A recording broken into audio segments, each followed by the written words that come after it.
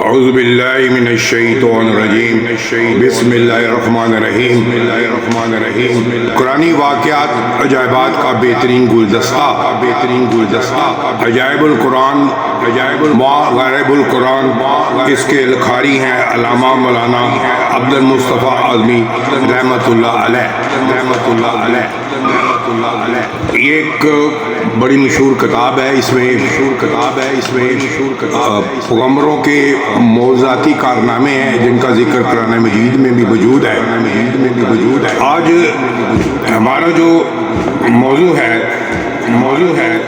اس حوالے سے وہ حضرت داؤد علیہ السلام کس طرح بادشاہ بنے۔ جب طالوت بنی اسرائیل کے بادشاہ بن گئے تو آپ نے بنی اسرائیل کو جہاد کے لیے تیار کیا اور ایک کافر بادشاہ جالوت سے جنگ کرنے کے لیے اپنی فوج کو لے کر میدان جنگ میں نکلے۔ جالوت بہت ہی قد آور اور نہایت ہی طاقتور بادشاہ تھا۔ وہ اپنے سر پر لوہے کی جو ٹوپی پہنتا تھا اس کا وزن 300 تل تھا۔ جب دونوں فوجیں میدان جنگ میں لڑائی کے لیے صف آرا کر چکی تو حضرت طالوت نے اپنے لشکر میں یہ اعلان فرما دیا، جو شخص جالوت کو قتل کرے گا میں اپنی شہزادی کا نکاح اس کے ساتھ کروں گا اور اپنی آدھی سلطنت اس کو عطا کر دوں گا۔ یہ فرمان شاہی سن کر حضرت داؤد علیہ السلام آگے بڑھے، جو ابھی بہت ہی کم سن تھے اور بیماری سے چہرہ زرد ہو رہا تھا اور غربت اور غفلسی کا یہ عالم تھا کہ بکریاں چرا کر اس کی اجرت سے گزر بسر کرتے تھے۔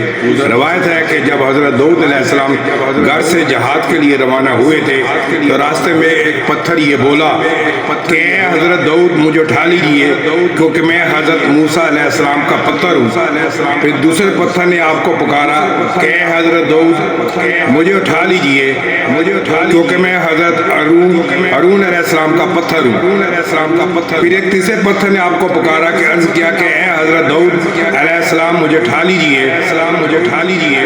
کیونکہ میں جالوت کا قاتل ہوں۔ آپ علیہ السلام ان تینوں پتھروں کو اٹھا کر اپنے جھولے میں رکھ لیا۔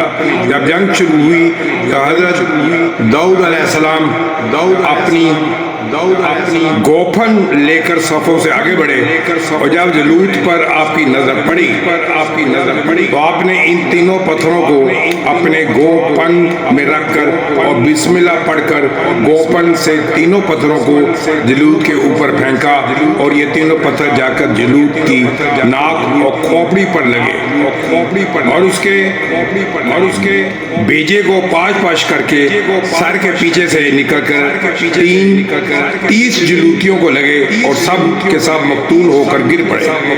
پھر حضرت داؤد علیہ السلام نے جالوت کی لاش کو گھسیٹتے ہوئے لا کر اپنے بادشاہ حضرت طالوت کے قدموں میں ڈال دیا۔ اس پر حضرت طالوت اور بنی اسرائیل بیعت خوش ہوئے۔ جالوت کے قتل ہو جانے سے اس کا لشکر بھاگ نکلا اور حضرت طالوت کو فتح مبین ہو گئی۔ اپنے اعلان کے مطابق حضرت طالوت نے حضرت داؤد علیہ السلام کے ساتھ اپنی لڑکی کا نکاح کر دیا اور اپنی آدھی سلطنت کا ان کو سلطان بنا دیا۔ پھر پورے 40 برس کے بعد جب حضرت طالوت بادشاہ کا انتقال ہو گیا تو حضرت داؤد علیہ السلام پوری سلطنت کے بادشاہ بن گئے اور جب حضرت شمائل علیہ السلام کی وفات ہو گئی تو اللہ تعالیٰ نے حضرت داؤد علیہ السلام کو سلطنت کے ساتھ نبوت سے بھی سرفراز فرما دیا۔ آپ سے پہلے سلطنت اور نبوت دونوں عذاب ایک ساتھ کسی کو بھی نہیں ملا تھا۔ آپ پہلے شخص ہیں کہ ان دونوں عہدوں پر فائز ہو کر 70 برس تک سلطنت اور نبوت دونوں منصوبوں کے فرائض پورے کرتے رہے اور پھر آپ کے بعد آپ کے فرزند حضرت سلیمان علیہ السلام کو بھی اللہ تعالیٰ نے سلطنت اور نبوت دونوں مرتبوں سے سرفراز فرمایا۔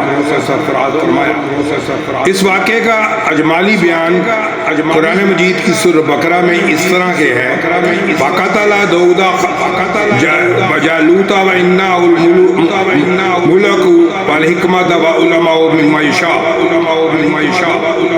12:2 سورۃ بقرہ ترجمہ کنز الرحمان۔ اور قتل کیا داؤد نے جالوت کو اور اللہ نے اسے سلطنت اور حکمت اور عطا فرمائی اور جو چاہا سکھایا